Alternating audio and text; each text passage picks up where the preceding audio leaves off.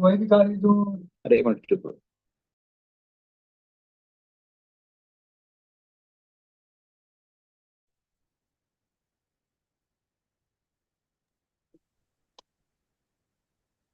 Hello Naveen. Good afternoon, boss. I think that some more people join in and Right, then we can start. right.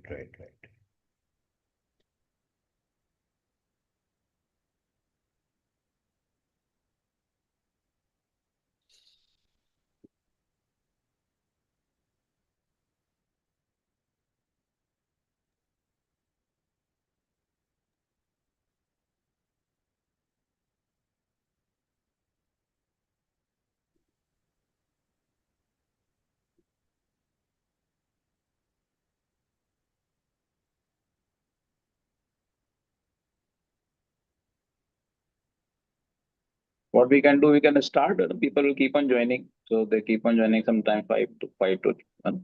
Yeah, I think so.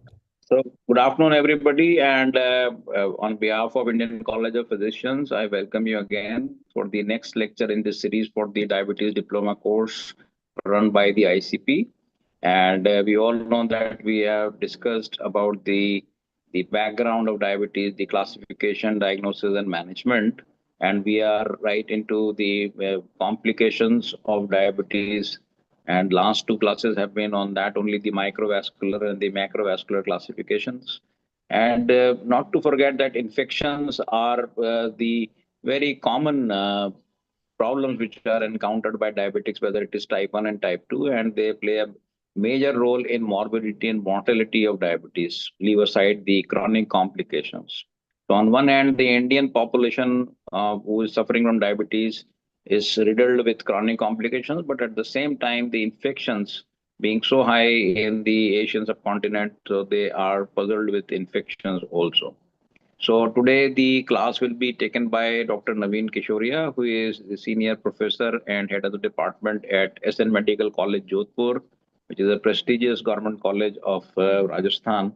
And Dr. Naveen is an eminent senior physician of Jodhpur and a diabetologist, and he runs his own diploma courses for diabetes also. And he'll be speaking on infections in diabetes. And I hope that you will be benefited greatly by his talk. And if you have any queries, you can put it into the chat box, which we can take at the end of the class. So over to you, Dr. Naveen, and please go ahead. Thank you, Dr. Puneet. At the outset, I'll be saying that I'm honored to have this lecture, and I'll be sharing the the presentation, which actually is going to be right now. Okay, so we are sharing. I hope everybody can see this presentation. Is it visible?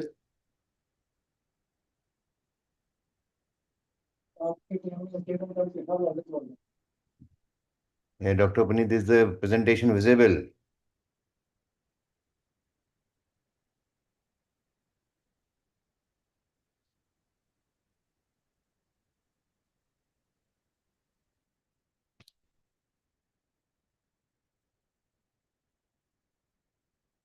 Yeah.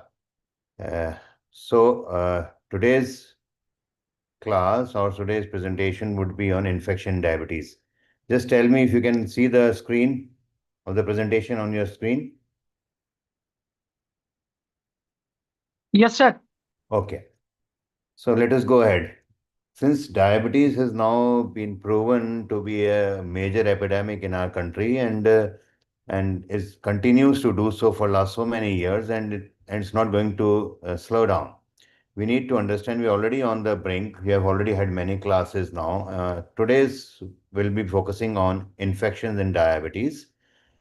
And since we already know what diabetes is an immunocompromised state, and we already know that diabetes population has got it impairs glycemic control by increasing insulin resistance due to release of cytokines and counter-regulatory hormones, and also because of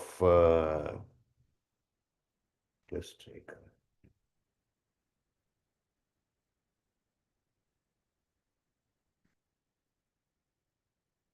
right. It is again infection is a precipitating factor for ketoacidosis, again a major component. So what you can see here is infections is a vicious cycle going into hyperglycemia, leading to more infections. Again, this why this is happening, we'll be attempting to learn this some of the pathophysiology behind the immunomodulation and immunosuppression caused by diabetes. Let us go ahead. Again, there is interplay between insulin resistance, immune dysregulation, and type 2 diabetes. You can already see there's a why adiposity, the adiposity and insulin resistance mediated by TLR4 activation and adipokines. The adipose in tissue in adipose secretes pro-inflammatory cytokines, as you can see in this particular diagrams. Tumor necrosis factor alpha, interleukin 6, IL-1 beta. It again leptin resistance all act upon again, with insulin, with the ROS system, activates JNK1 and IKK beta and causing nuclear factor K beta, causing again release of pro-inflammatory cytokine synthesis. This again, the chronic inflammation interferes with insulin receptor signaling by suppressing IRS2 via the induction of suppressor cytokine genes. This reception inhibits the PI3 AKT pathway, impairing GLUT, that is translocation and glucose uptake receptor. These processes collectively contribute to immune cell activation, proliferation, maturation, antibody production as well. So there is so much interplay between various factors in this particular slide. Again, we can see why diabetes is predisposing factors. It is considered as an immunocompromised state. We can see the host factors being altered skin flora, gut microbiota, dysbiosis, colonization of mucosa and skin. Again, peripheral and autonomic neuropathy, increased intestinal permeability, causing breach of integrity of mucosa and skin. This is directly the host factors which are causing immunocompromised state, thereby causing skin and epithelial lining disruption. Again, we have got an innate immune system disruption because of impaired function of complement pathway, some of which were discussed in the last slide. Reduced neutrophil migration, apoptosis, and bacterial killing because of dysregulation of innate immune system. Again, impaired natural killer cell function. Again, adaptive immune system is also impaired. There is impaired recruitment of antigen-presenting cells, diminished T helper cells, reduced cytokine releases. Therefore, with such a diagram, we can really understand where diabetes hits us very hard. That is our immune system, and it affects all components of immune response except adaptive humoral immunity. This was presented by or given by in Hotilal in Diabetologica 2024. This word that acceptive adaptive humoral immunity. So with this outset, we can understand that again, ACE, that is advanced glycated end products or receptor with ACE, that is rage-induced pancreatic beta cell toxicity also happens, therefore causing so much beta cell toxicity again and again, going into a vicious cycle. These complications, that is rage and advanced glycated end products, causing activation of various cells, causing inflammatory cytokines to increase interleukin 1, therefore causing a lot of immune heightened atmosphere in the body. So it is not just a silent body which is there when we have got an uncontrolled, unregulated diabetes with an advanced age present in the body. So we again have COX-2 inhibition, P27 tumor growth factor, beta collagen, fibronectin, endoplasmic reticular stress, mitochondrial stress, LDL oxidation. Therefore, again, ICAM, VCAM, these or addition molecules also increases. We can understand this with a little bit of point. I'm not going to detail of what it does. What we can understand, this expression will be upregulated in response to positive feedback, and there it again signaling cascades plays an important role in pathogenesis of diabetic complications, including the immune response. So what we can see in this particular that is impact of diabetes, you can see the innate immunity complement system. There is a reduction in C4 levels. It's unclear what relevance is of infection risk. There is reduction complement binding to immunoglobulins. There is a glycosylation of C3, can impair binding to pathogen surfaces. And again, we have a recruitment and pathogen recognition. It reduced CAM expression, leading to reduced leukocyte recruitment. In setting of hyperglycemia, reduced production of chemokine, again, in response to bacterial lipopolysaccharides. Again, AG products we already discussed, reduce expression of TLRs. At the cellular also level, there's a reduction of H2O2 production, hydrogen peroxide production, leading to reduced bactericidal ability in both macrophages and neutrophils. There's an impairment of phagocyte capability to complement participation, impaired metabolism, glucose in macrophage reducing activity, NK cell activity. All these, and including adaptive immunity, there's a depletion of memory CD4 cells. Again, cytokine signaling, there's a deficiency of IL-1, 2, 6, 10, 22, and again, interferon alpha and gamma, tumor necrosis alpha. There is a skin and mucosal barriers as well, neuropathy making breakage of skin more likely. So the impact of diabetes and hyperglycemia on immune system is multifactorial.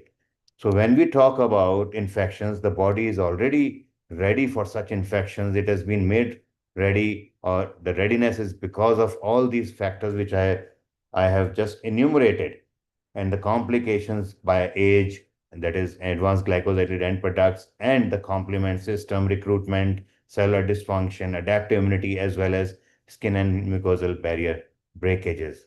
With this in mind, again, there's a very important predisposition factor. Let's go ahead. It's going to be just to wait a second. Okay. So we have got predisposing factors, again, which we have got a peripheral vascular disease, a peripheral neuropathy, chronic renal failure and dialysis, again, leading to more immune dysfunction, catheterizations in intravascular lines, thereafter causing more and more causes for infections in these already immune compromised individuals.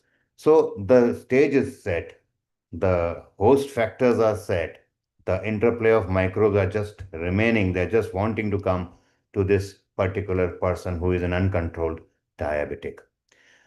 Agent-specific factors, you've got high glucose levels stimulate Candida albicans to produce certain complement-like proteins which promote adhesions of Candida to vaginal and buccal epithelium. There's rhizopus also produces ketone reductases which allow them to thrive in this hypoglycemic and acidotic milieu found in DKA. So not only the host factors, now we have got the pathogen factors which actually produces more complement-like proteins and adhesions, and again, just like rhizopus produces ketone reductase. So host as well as pathogens both are primed up for this particular invasion of the human body.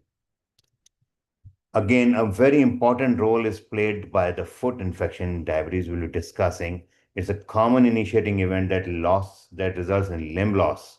About 60% lower extremity amputation subjects with diabetes due to foot ulcers. Infections are often more polymicrobial with gram-positive, gram-negative, and both obligate and arouse. The diabetic infection is potential emergency.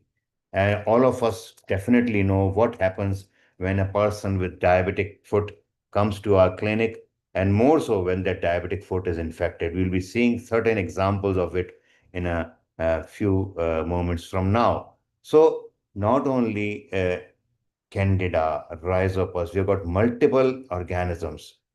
Again, UTIs, resistant UTIs. We have got experiences of UTI not getting sort of eradicated almost 1 year, 2 years past.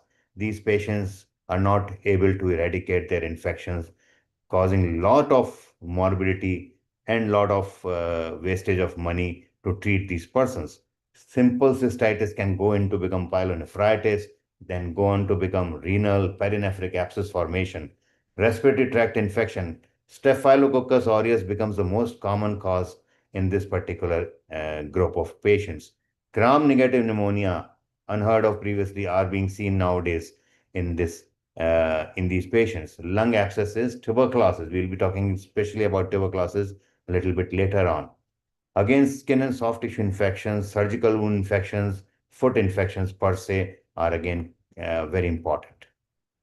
So what common infections will be seen? Abdominal infections, salmonella enteritis. The salmonella, which previously used to be very amenable to certain drugs, now takes a lot of time and a lot of energy to treat as well. Campylobacter jejuni, eye infections, Hordeolum extraneum and chalazion are again common infections in these. So any persons arriving with multiple chalazions or multiple styes, screening of diabetes is warranted in these patients. Periodontitis is very common, so oral examination is also due. With this onset, let us go with a certain case. Mr. M is a 25-year-old building construction worker. He is undergoing treatment of pulmonary tuberculosis with no family history of diabetes. His BMI is 22. His blood pressure is 120/80. Does this patient require screening for diabetes and why? The answer now is, in this particular scenario, the patient has got tuberculosis. He is in India. The answer is emphatically yes. Up to 14% of patients with TB has diabetes. So diabetes and tuberculosis are conjoined. Diabetes patients have relative risk of tuberculosis of 3.11. Studies show that 5 to 30% of patients with diabetes have tuberculosis. So not only diabetic patients have tuberculosis, the tuberculosis patients are at more risk of developing diabetes or having diabetes as well. The peculiarities of tuberculosis in diabetes patients are they're more likely to have pulmonary rather than extrapulmonary tuberculosis. Relative paucity of physical signs leading to delayed diagnosis, extensive caseation and cavitation. So not only the patients are having tuberculosis, they are going to have a dangerous tuberculosis or lung destroying tuberculosis. More likely to be sputum AFB positive because of lack of immunity. We already discussed it. There's a minimum pleural involvement, delayed sputum clearance and smear clearance.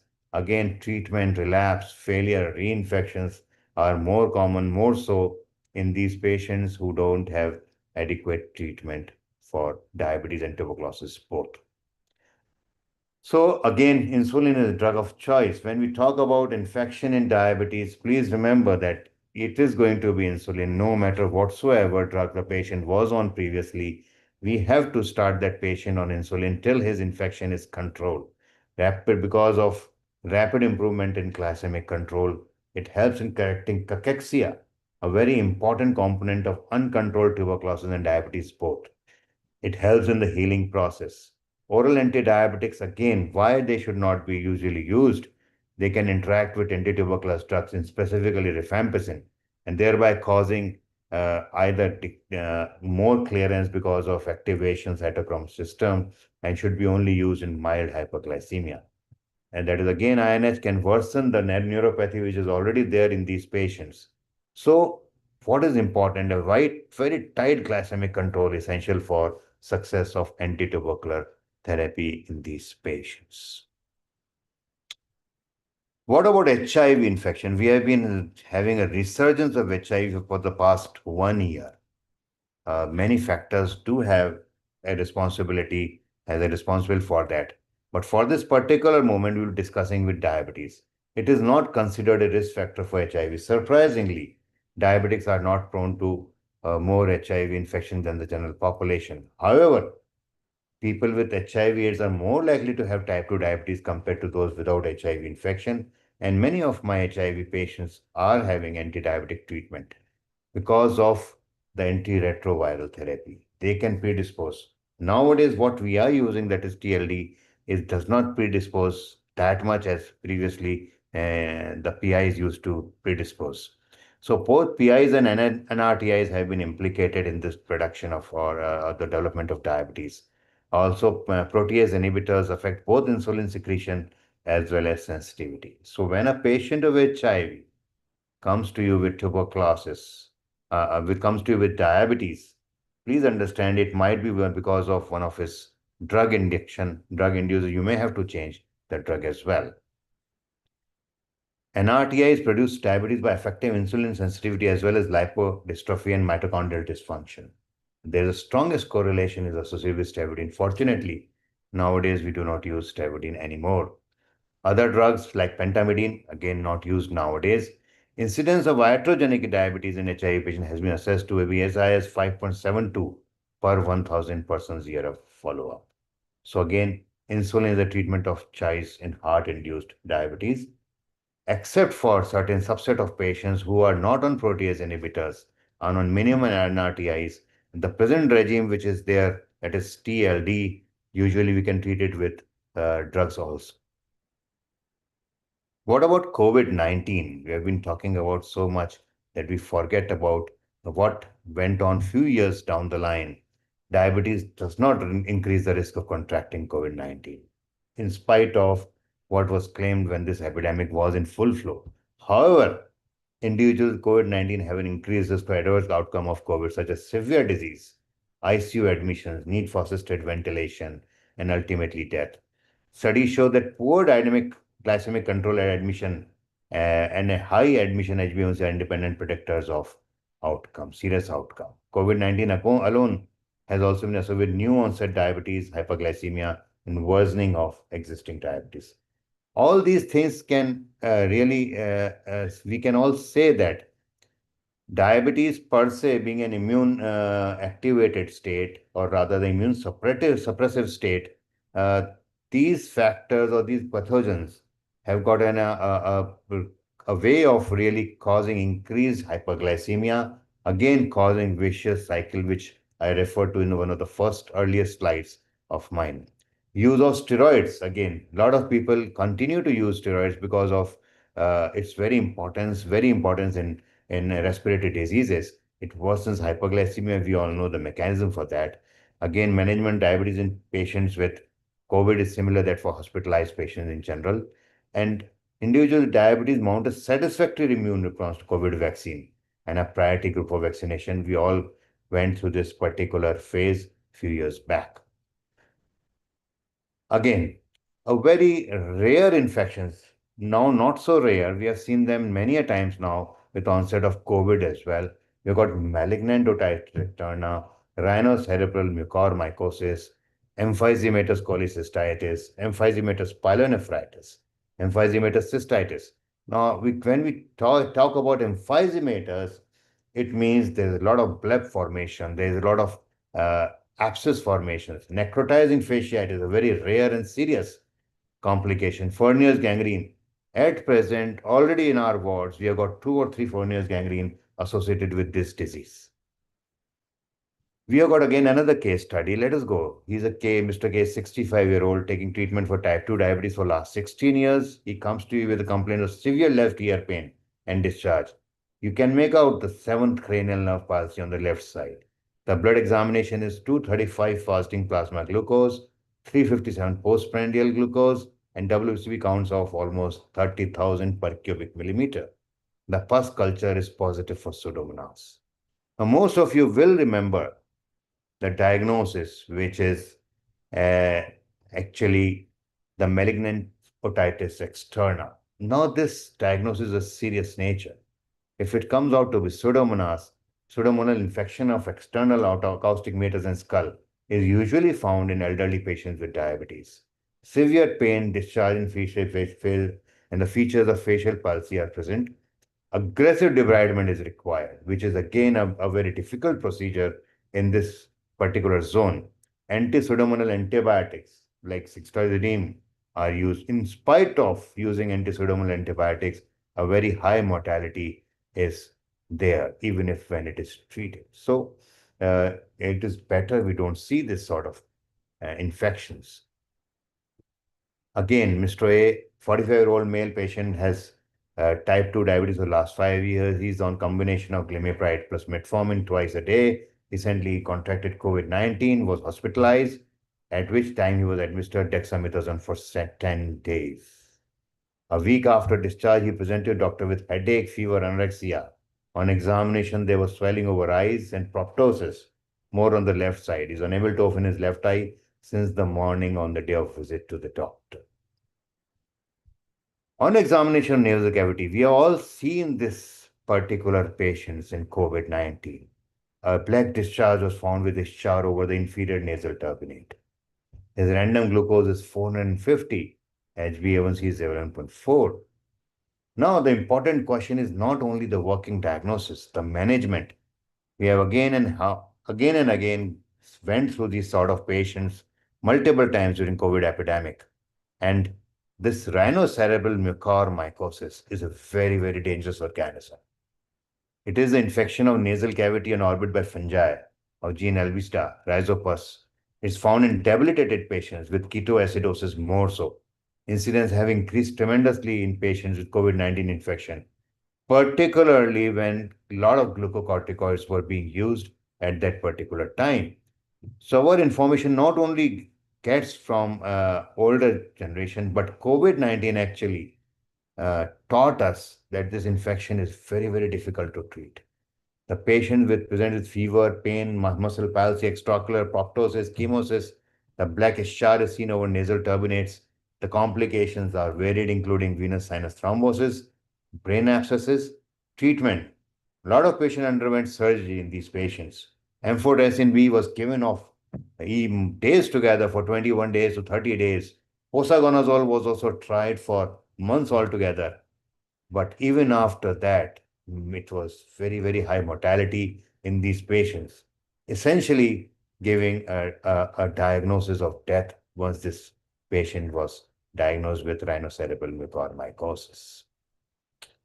Necrotizing fasciitis, another dangerous. Common sites of abdominal, perineum, extremities.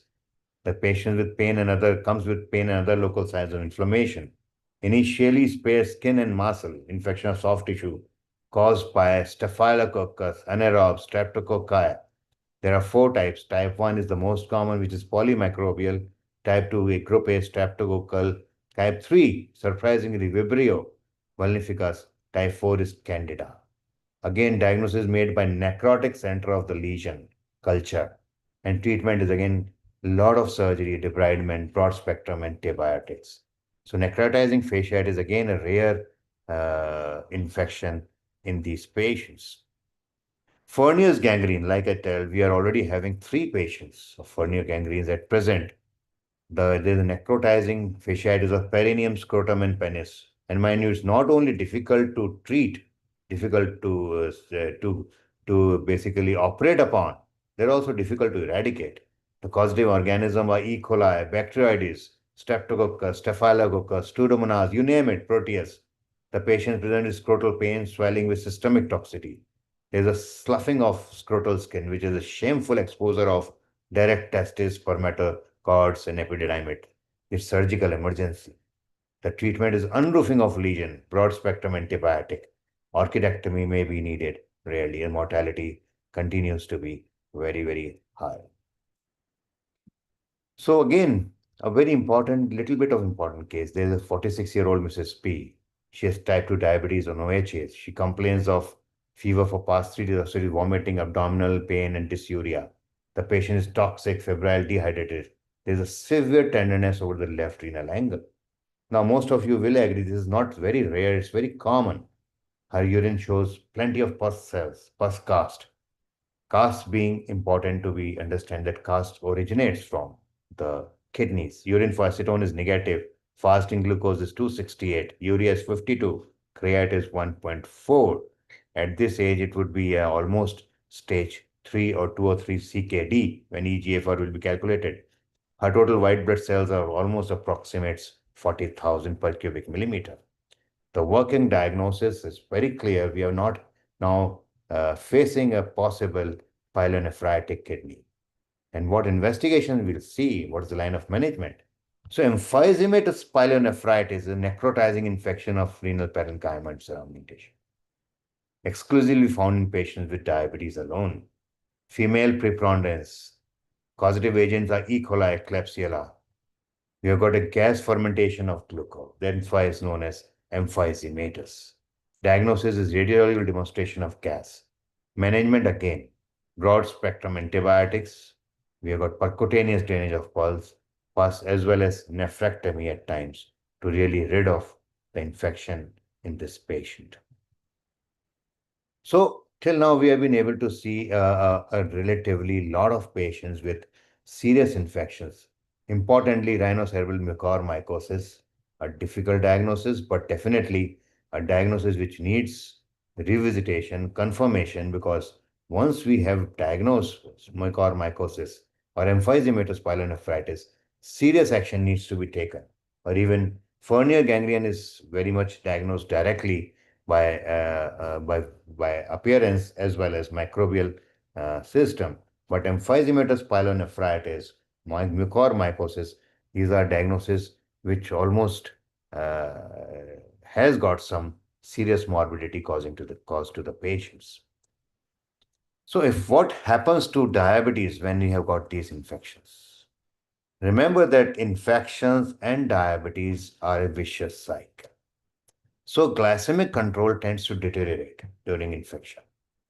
So when we have got these patients, we need to increase their doses, insulin doses. OIDs may need to switch to insulin. As of today, we can safely recommend that OIDs should be discontinued when you got these types of infection, a serious infection, and patients should be taken on multiple doses of subcutaneous or IV insulin with a long-acting component as well. Severe hyperglycemia or inability to retain oral feeds warrants admission in these patients. Since these patients are toxic, these patients will be admitted once you've diagnosed. They, in type 1 diabetes, not only in type 1 and type 2, these infections will precipitate or may precipitate ketoacidosis, further complicating the picture or the patient milieu. So once we have got understanding with these case examples we have seen in the last few slides, that the patient is suffering from emphysematous pyelonephritis, the admission is warranted. Not only admission is warranted, urinary ketones, urinary, that is ABG analysis, the patient needs to be in a semi-ICU or ICU setup to really get a proper treatment with all those cultures. We'll be going to that part as well. We let us hope that the diabetic ketoacidosis may not be precipitated, otherwise more complications will ensue. So then, should all diabetic patients be vaccinated? A very important question is this. A very important recommendation are there, which was given by our own body, that is API, in 2024, that influenza vaccine annually is desirable in all these patients, because influenza still proposes to be one of the most common morbidity causing virus every year in diabetic population. Human papilloma virus, female 2 to 3 doses, less than 26 years, males 2 to 4 doses, less than 21 years, is vital for recommendation. As you can see, API 2024 have recommended this. Tdap or TD, are very important for every 10 years, vital. Hepatitis B, 2 doses are very, very vital. More so when you got a person who is a caregiver. Pneumococcal vaccination is essential. It's not vital, but essential.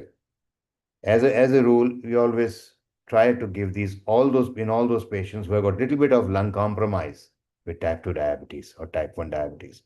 COVID-19 annually is essential. The MMR vaccine one annually is essential in these patients. Chickenpox vaccine. Whereas yesterday only we had a case in which the chicken pox in a male patient around 70 years of age was very severe in onset. And the patient was essentially taken upon intravenous acyclovir to actually prevent his encephalopathy. Shingles, 2 doses, 2 to 6 months apart are essential. So these are the recommendations by API last year. Again, we can go back to diabetic foot and infections. We can already say 40 to 60 million people globally are affected with diabetic foot ulcers. 34% of individuals with diabetes at some time in their lives. 20% of all diabetic foot ulcers end up in amputations. 10% of diabetic foot ulcers die within 1 year of diagnosis. All these makes diabetes the leading cause of non-traumatic lower limb amputation. Now, where does infection fall in this? Since already you can see 1 million lower limb loss are due to diabetes annually. Every 30 seconds, a lower limb is lost somewhere in the world due to diabetes. in India, over 1,000 lower limbs are lost annually because of diabetes. And 75% are neuropathic feet and secondary infection. Mind you, the second line, the secondary infections and 75% of amputations are potentially prevented. So whenever we talk about diabetes, we need to understand or underscore or underline the diabetic foot at every time we see these patients. And a diabetic foot with infections are the worst combination. How do we manage these foot? Microbiological control, wound control, vascular control, mechanical control, and metabolic control all are important. Today we'll be talking about a microbiological control. Let us see. The antibiotics, when the foot is diabetic foot, we have got diabetic foot, antibiotics should be tailor-based based on severity of tissue damage and the integrity of vascular supply. No antibiotic would work if vascular supply is compromised. Remember this adage. You have to have a good vascular supply to have invasive or intravenous antibiotics to work in these foot. So however, do not wait for cultures to start antibiotics. Now the old age adage that please send cultures. Okay, send it culture, but do not wait for the culture reports to come in 48 hours or 72 hours. Classic signs of infection may be marked by presence of vascular disease or neuropathy. Since these patients have got Charcot's disease, these have got neuropathic disease, they might be harboring infection long deep inside the tissue, and the patient himself may not know about it. So please have a very high level of suspicion whenever a patient attends to you with a foot which is having swollen up, or please remember the infection might be deep-seated. Untreated infections can progress rapidly and may lead to loss of limb or even life. Empirical antibiotic therapy is indicated in significant proportions of diabetic foot ulcers. So what are these antibiotics? For example, if got infection is mild, you've got additional factors are none. You've got gram-positive cocci. Suggested therapy is semisynthetic penicillin raised in cloxacillin. Then you have gram-beta-lactam allergy. We've got clindamycin, fluoroquinolone, cotrimoxazole. Recent antibiotics, gram-positive cocci, beta-lactam inhibitor, amoxiclav, fluoroquinolone, doxycycline. A very high risk of MRSA, which is going to be very important. We need to use linezolid, cotrimoxazole, fluoroquinolone, clindamycin, doxycycline. Remember, all these have got a good penetration in the skin. Again, moderate to severe infections, when you got talked about last time, is a mild infections. We have got, this slide is a bit difficult, but remember, this is the International Working Group on Diabetic Foot Guidelines 2023. The no complicating factors, we have got beta-lactam inhibitor, amoxiclav has to be used along with cefuroxime, cefotaxime. If recent antibiotics, then we've got gram-positive cocci for gram-negative bacilli, then we have got second and third generation cephalosporin along with carbapenem, ertapenem, depending on the prior therapy. Macerated ulcer in warm climate, again, beta-lactamase inhibitor, ticarcillin clavunet comes out to a very important antibiotic. Piperacillin tazobactam is also there. Then we have got ceftazidime or ciprofloxacin, or we have got meropenem or imipenem combinations as such. If we have got ischemic limb necrosis, again, we have got a little bit different.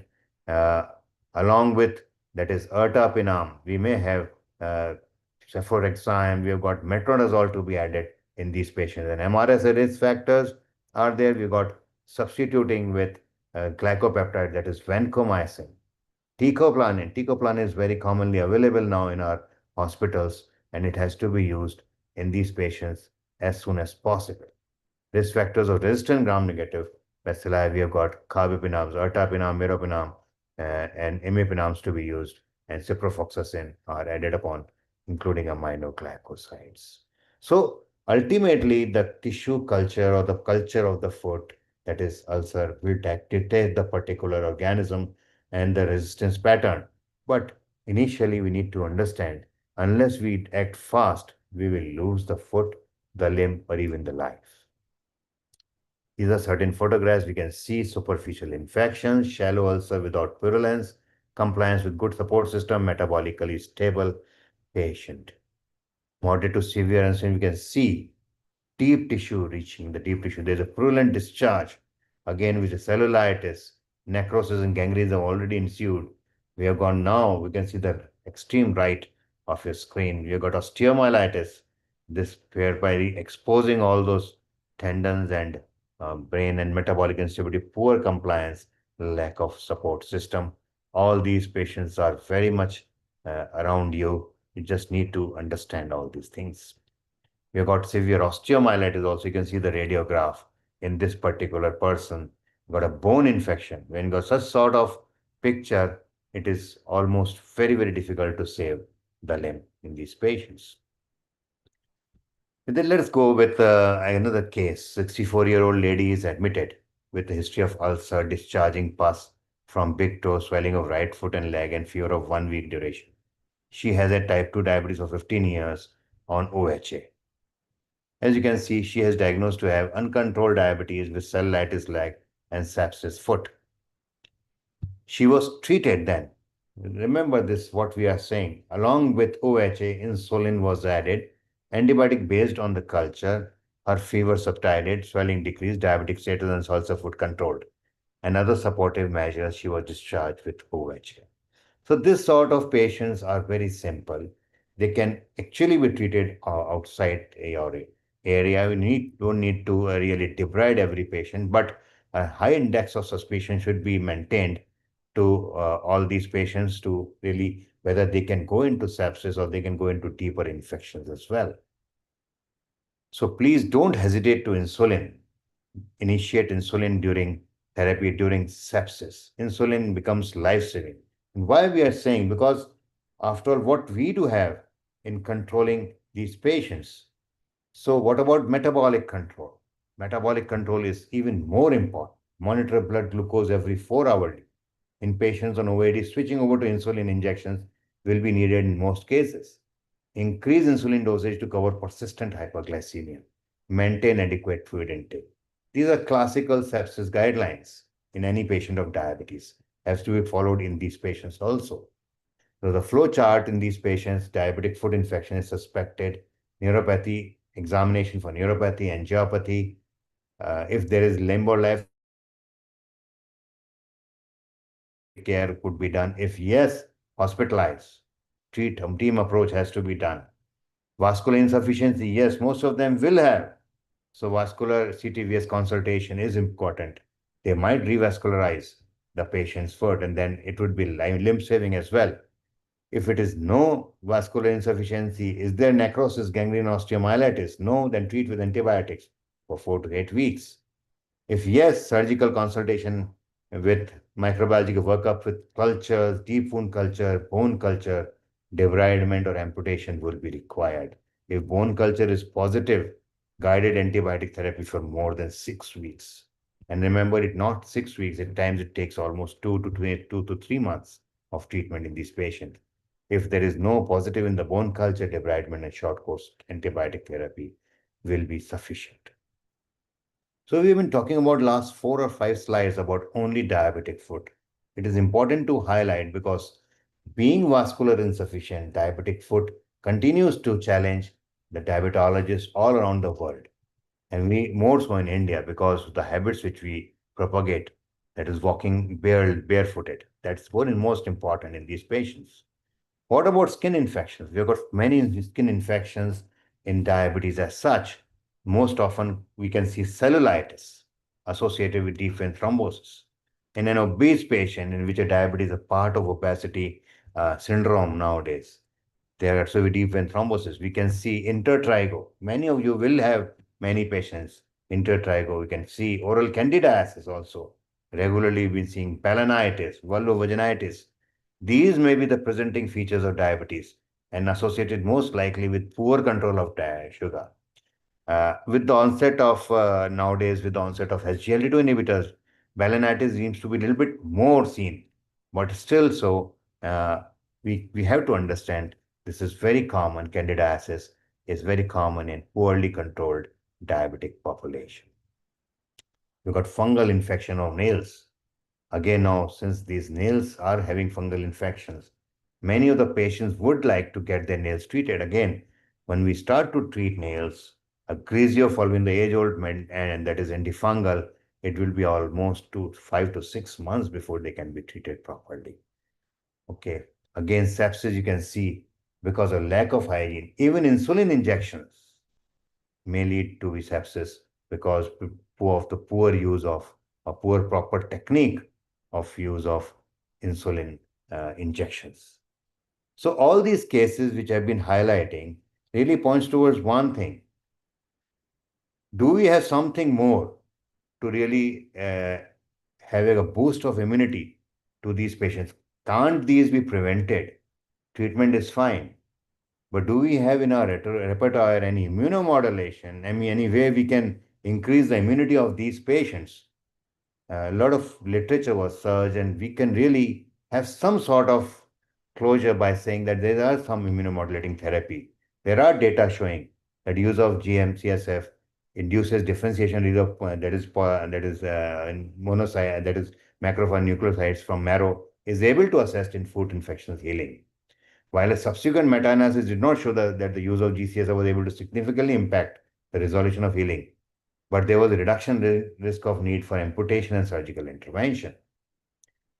While not a medication, importantly is physical activity has long been known to associate a very good improvement in immune system.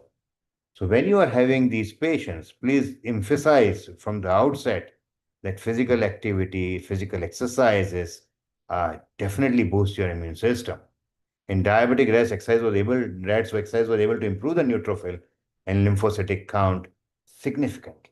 So immunomodulating therapies are under scanner. They are being worked out.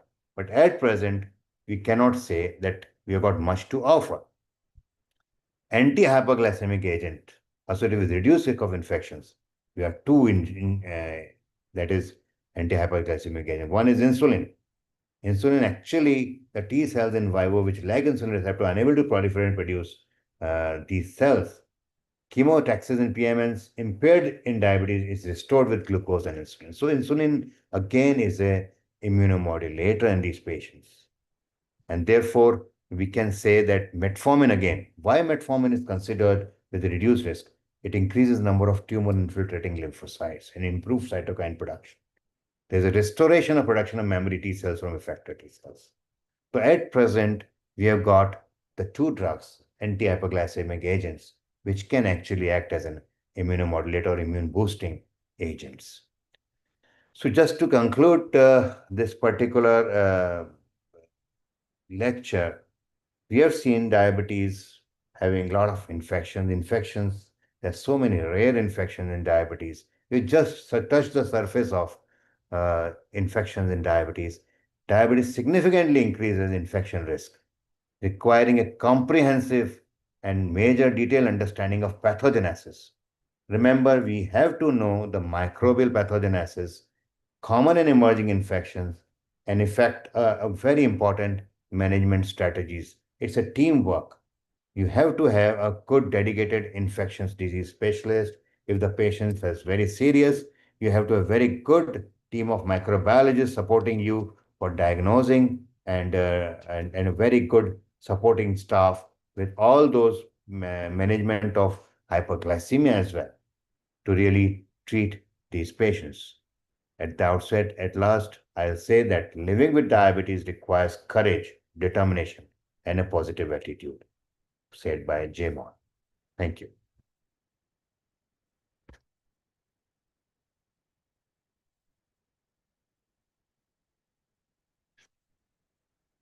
Please, if you can ask any questions, I'm there to answer.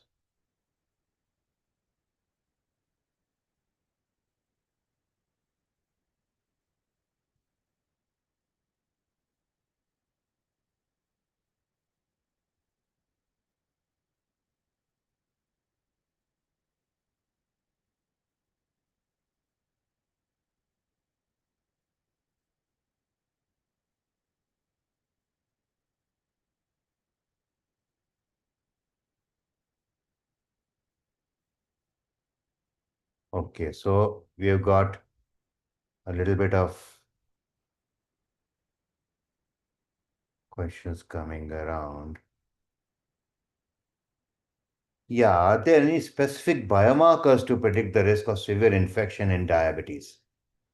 Like I say, the prediction of severe infection in diabetes, as of today, the biomarkers remain the same as of other infections. They're not specific for diabetes.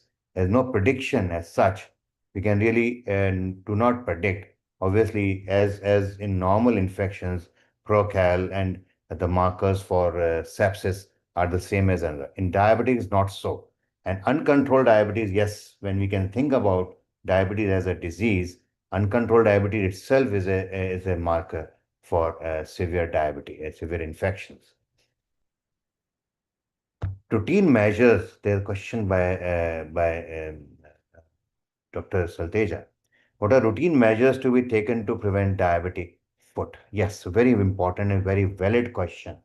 The routine measure which you can ask the patient at the outset when the patient first visits you, it take 5 minutes to routinely inform about the diabetic foot. Show him the foot slides. Show him what a diabetic foot does or looks like. Emphasize upon him that he can at every night he or she should look with a mirror on the underside of the foot so as to identify any callus, any thickening of the skin or any infection foci, any nail if the patient is having neuropathy. Try to restrict the patient walking barefooted anywhere where he can go. Ask them to wear a protective footwear all around, a very soft protective footwear. Do not ask them to wear tight fitting slippers because already the foot is compromised vascularity. So a tight fitting footwear is very dangerous for all these foot.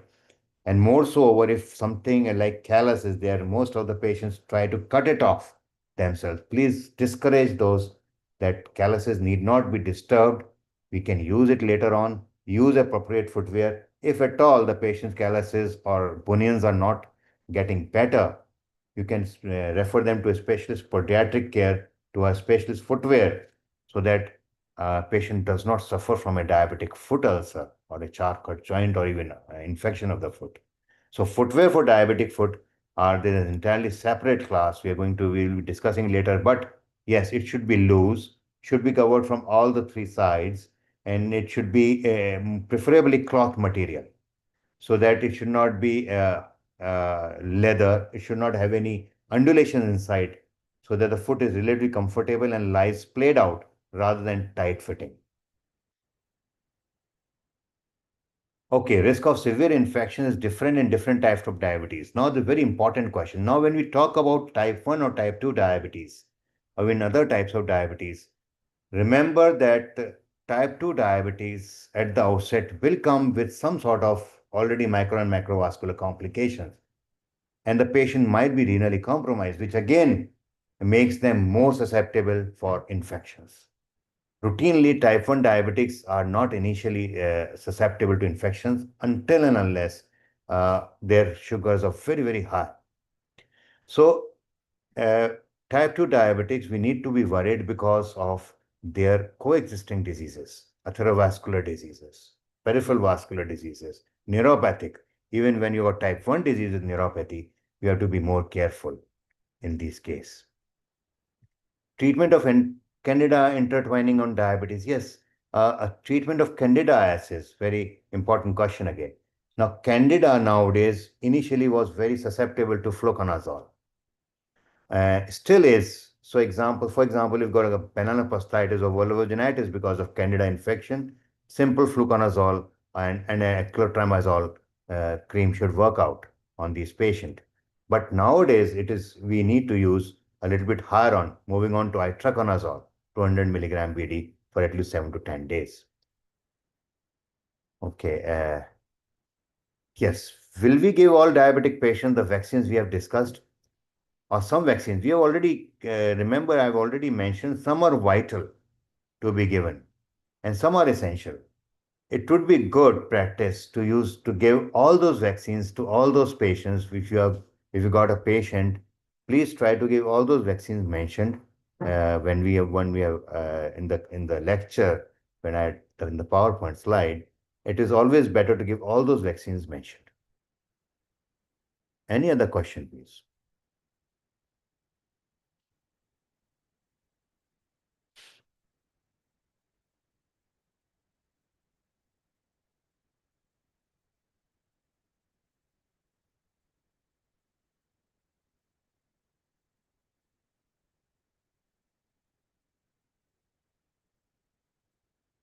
Dr. Puneet?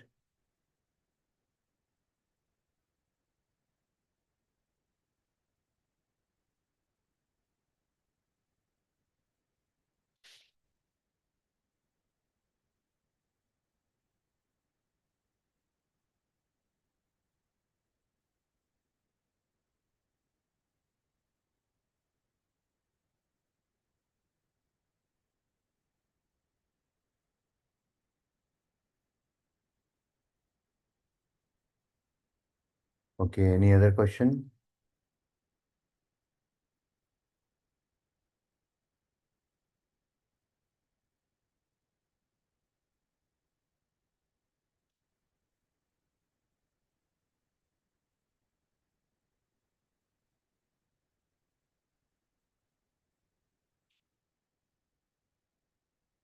We'll have concluding remarks from Dr. Puneet Saxena, who is there.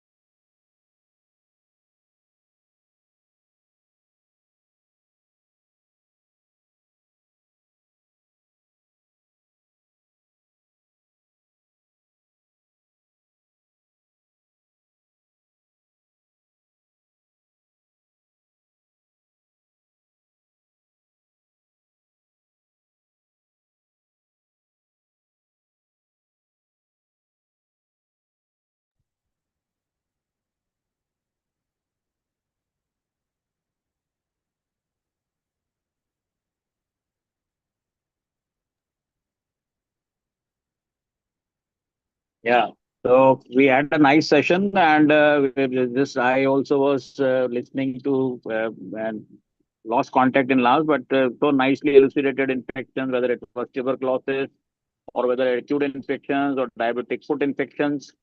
So everything was very well covered, and I hope that the candidates and delegates would have been immensely benefited by this. And if there are any queries, you can put it into the chat box, and maybe you can lies with Dr. Naveen Kishoria on a personal basis, one-to-one basis also. And you can get the link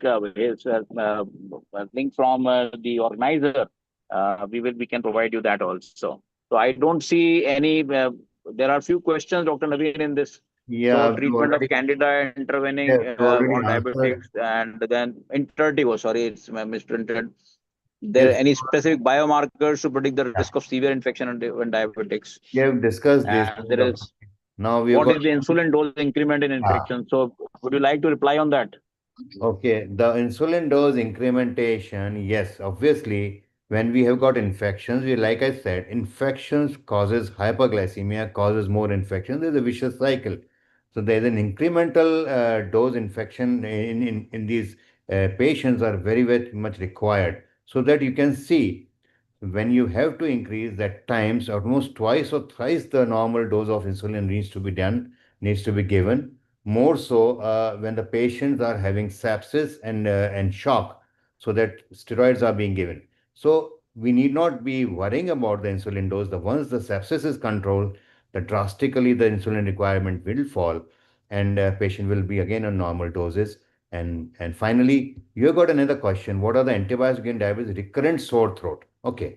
Now, when we say a recurrent sore throat, let us have a little bit of discussion. The recurrent sore throat when you say my likelihood, very most likely would be the streptococcal infection. And first and foremost, you have to diagnose the microbe organism involved. You have to have a culture of the sore, the throat, and have an empirical antibiotic. The most common would be amoxiclav group and cefuroxime, that is second generation, and amoxiclav group. And secondly, you have to check whether the patient's having controlled blood sugar or not. These are two things we need to be talking about. And if the patient still having recurrent sore throat, like I said in the last slides, many vaccinations have to be. Pneumococcal vaccine is probably the most important one to prevent all these complications in these patients. Yeah, increased dose of insulin, hypoglycemia, no. Yeah, when the patient is on sepsis and infections, the increased dose of insulin will not cause hypoglycemia. However, having said that, remember that once that threshold is crossed, the sepsis or infection part is controlled, the patient will have sudden fall of blood pressure because of reversal of glucotoxicity. Then at times you have to be cautious about sugar. That's what I meant when I said every 4 hourly you have to check blood sugar levels in these patients. Okay. Dapagliflozin when patients develop Candida UTI. Now this is a very interesting point, and we have seen these patients. In my experience, in our experience, most of these patients may require discontinuation of SGLT2 inhibitors for some time. And with a careful reinsertion, keeping watch of all these, some patients may be restarted with dapagliflozin after treatment of UTI and balanitis to be very sure. It is not UTI. If it is going to be Candida UTI, it's very difficult thing to eradicate. So it is obviously dapagliflozin not to be given if it is a Candida UTI. But balanitis, superficial infection, balanoposthitis, we can restart later on once we treat UTI or Candida with itraconazole. Thank you.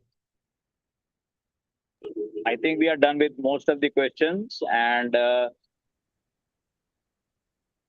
so we wind up the session over here. Is there any more question?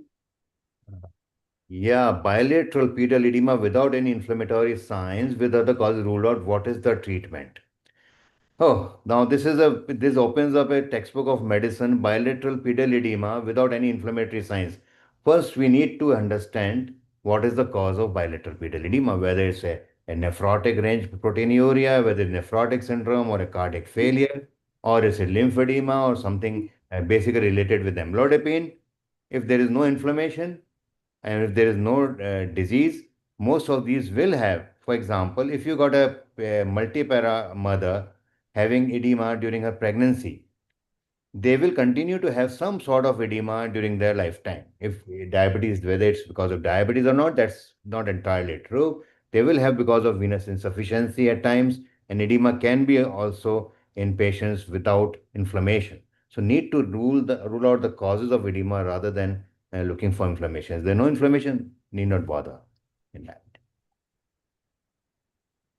So I think it's time to wind up, and we had some nice interaction. So there are questions which are being fired continuously, but there is n number of questions which can come up in infections. But I think you can put it on the personal number of sir, and you can get the replies on that. So thank you very much, Dr. Naveen, and thank you all the delegates, and thank you ICP for organizing this program. Thank you. Thank you. Thank you.